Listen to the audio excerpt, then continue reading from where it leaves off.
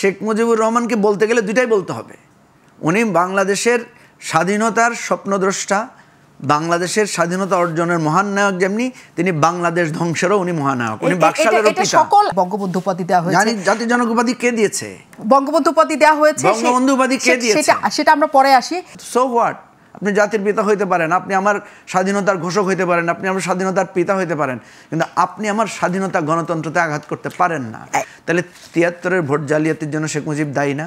বাকশাল কায়েমের জন্য শেখ মুজিব দায়ী না? সিরাজ শিকদার হত্যার জন্য দায়ী না? তাহলে শেখ মুজিবুর রহমানকে আপনি হঠাৎ করে বলছেন উনাকে আলাদা করে ফেলতে হবে। কেন আপনি আলাদা করবেন? উনি বাকশালেরও পিতা। আপনি যদি দুইটা একসাথে বলেন তাহলে কোনো সমস্যা নাই। আওয়ামী লীগ দুইটা একসাথে বলে নাই, শেখ হাসিনা দুইটা একসাথে বলে নাই। এটা কি সম্ভব কিনা? কারণ কোন দলের পক্ষে এটা তার নেতা সম্পর্কে বলা কারো পক্ষে সেটা সম্ভব না। আপনি যদি না বলেন আপনাকে সেটার কনসিকুয়েন্স ভোগ করতে হবে। আমি আপনার কাছে সেই প্রশ্ন আমি মঞ্জু ভাইয়ের কাছেও একই সাথে নিতে চাই। যদি কিছু প্রলুব্ধ করার জন্য এনসিপির ওরা করে, যেহেতু তারা নির্বাচন চাইছে না ফেব্রুয়ারিতে, এবং শামীম হায়দার পাটোয়ারি যেটা বলছেন যে নানাভাবে প্রলুব্ধ করে হয়তো কোনো একটা জায়গায় মানে পুরো পরিস্থিতিটাকে নিয়ে যাওয়ার জন্য, যাতে ভোটটা শেষ পর্যন্ত না হয়, বা অন্য কিছু তারা চাইছে। কারণ যখন সেনাবাহিনী নিয়ে একের পর একদিনই শুধু বক্তব্য না, পরের দিন দেখলাম তার চেয়েও তীব্রতর বক্তব্য আসছে, তখন আসলেও কি এগুলো কিছু প্রলুব্ধ করে কিনা, নাকি এমনিতেই বলা? একটা জিনিস হচ্ছে যে প্রভোকেশন এবং সমালোচনা, দুইটাকে আপনি ভাগ করবেন কিভাবে? ঠিক আছে, আমি যদি এখন বলি যে ধরেন আপনাকে আমি একটা সমালোচনা করলাম, তো সমালোচনা তো মানুষকে উত্তেজিত করেই, সমালোচনা তো কেউ পছন্দ করেন না। তা আপনি আমার উপর এটা খেপে গেলেন, তো এটাকে তো একটা প্রভোকেশন বলা যায়, যে আমি আপনার সমালোচনা করে আপনাকে উত্তেজিত করেছি। সো এখানে আমি যদি দেখি যে রাজনৈতিক দলগুলো তো সমালোচনা করবেই, যেখানে যেখানে সেনাবাহিনীকে সমালোচনা করার মতো পরিস্থিতি এসেছে এই দেশে। আমরা তো কেউ সমালোচনার ঊর্ধ্বে না।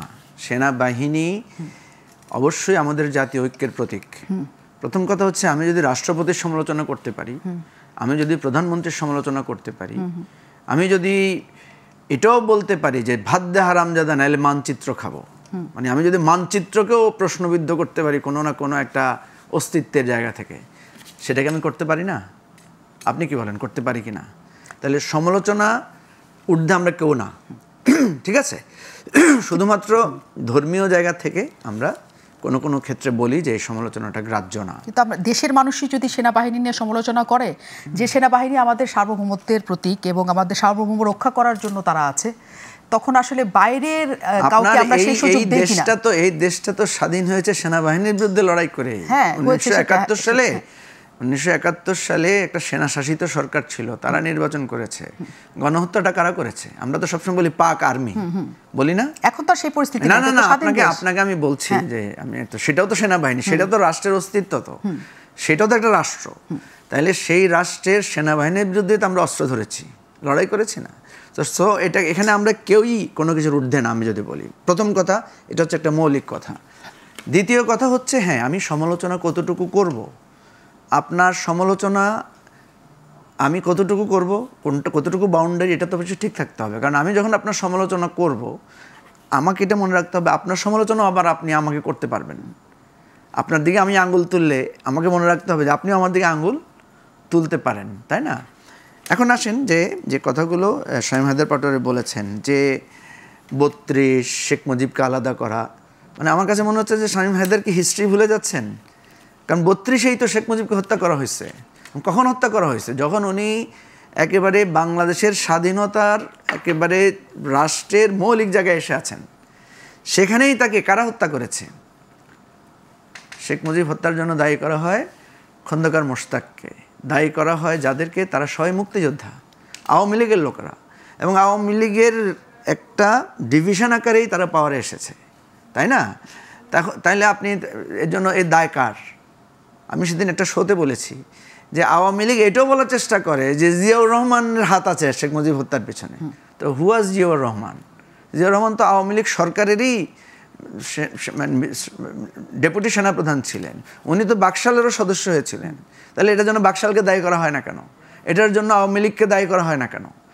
তাহলে আপনি যখন রাজনীতি করেন আপনারটা বৈধ, আপনি যখন প্রভোকেশন করেন, আপনি যখন একটা অঙ্ক দেন, তখন আপনি খুব সুশীল হয়ে যান। শেখ মুজিবুর রহমান যেমনি মানুষ, ওনার জন্য রোজাও রেখেছেন, যেমনি ওনার অ্যাবসেন্সে মানুষ ওনার নামে যুদ্ধও করেছেন, স্বাধীনতা সংগ্রামও করেছেন। আবার উনি যখন বাংলাদেশের স্বাধীনতা, সার্বভৌমত্ব, গণতন্ত্রকে হত্যা করে দিয়ে বাকশাল কায়েম করেছেন, তখন কিন্তু সেখান থেকেই জাসদের জন্ম হয়েছে। আওয়ামী লীগের পেট থেকে জাসদের জন্ম হয়েছে, যেটা ৭৩-এর ভোট কারচুপির জন্য। তাহলে ৭৩-এর ভোট জালিয়াতির জন্য শেখ মুজিব দায়ী না? বাকশাল কায়েমের জন্য শেখ মুজিব দায়ী না? সিরাজ শিকদার হত্যার জন্য দায়ী না?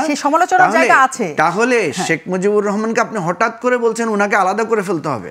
কেন আপনি আলাদা করবেন?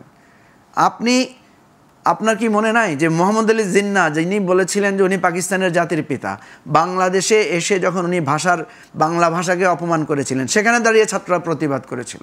জিন্নাহর ইমেজ ঢাকা বিশ্ববিদ্যালয়ে মাটিতে লুটিয়ে পড়েছে। So what?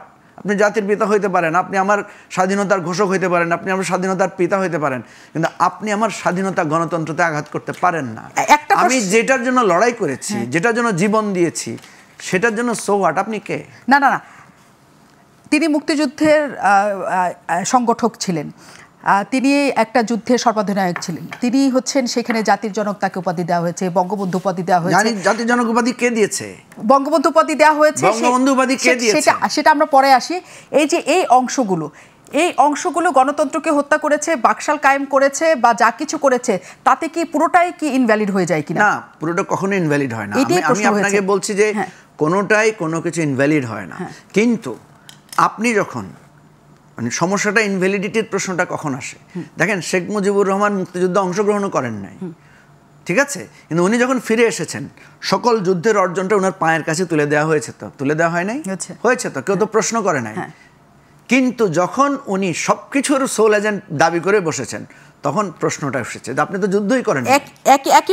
সুতরাং আপনি যখন বলেছেন যে শেখ মুজিবুর রহমানকে বলতে গেলে দুইটাই বলতে হবে, উনি বাংলাদেশের স্বাধীনতার স্বপ্নদ্রষ্টা, বাংলাদেশের স্বাধীনতা অর্জনের মহান নায়ক, যেমনি তিনি বাংলাদেশ ধ্বংসেরও উনি মহানায়ক। উনি বাকশালেরও পিতা। আপনি যদি দুইটা একসাথে বলেন তাহলে কোনো সমস্যা নাই। আওয়ামী লীগ দুইটা একসাথে বলে নাই, শেখ হাসিনা দুইটা একসাথে বলে নাই। এটা কি সম্ভব কিনা? কারণ কোন দলের পক্ষে এটা তার নেতা সম্পর্কে বলা কারোর পক্ষে সেটা সম্ভব না। আপনি যদি না বলেন, আপনাকে সেটার আমি আপনার কাছে আসবো, মুজিবুর রহমান মঞ্জু, অবশ্যই আসবো।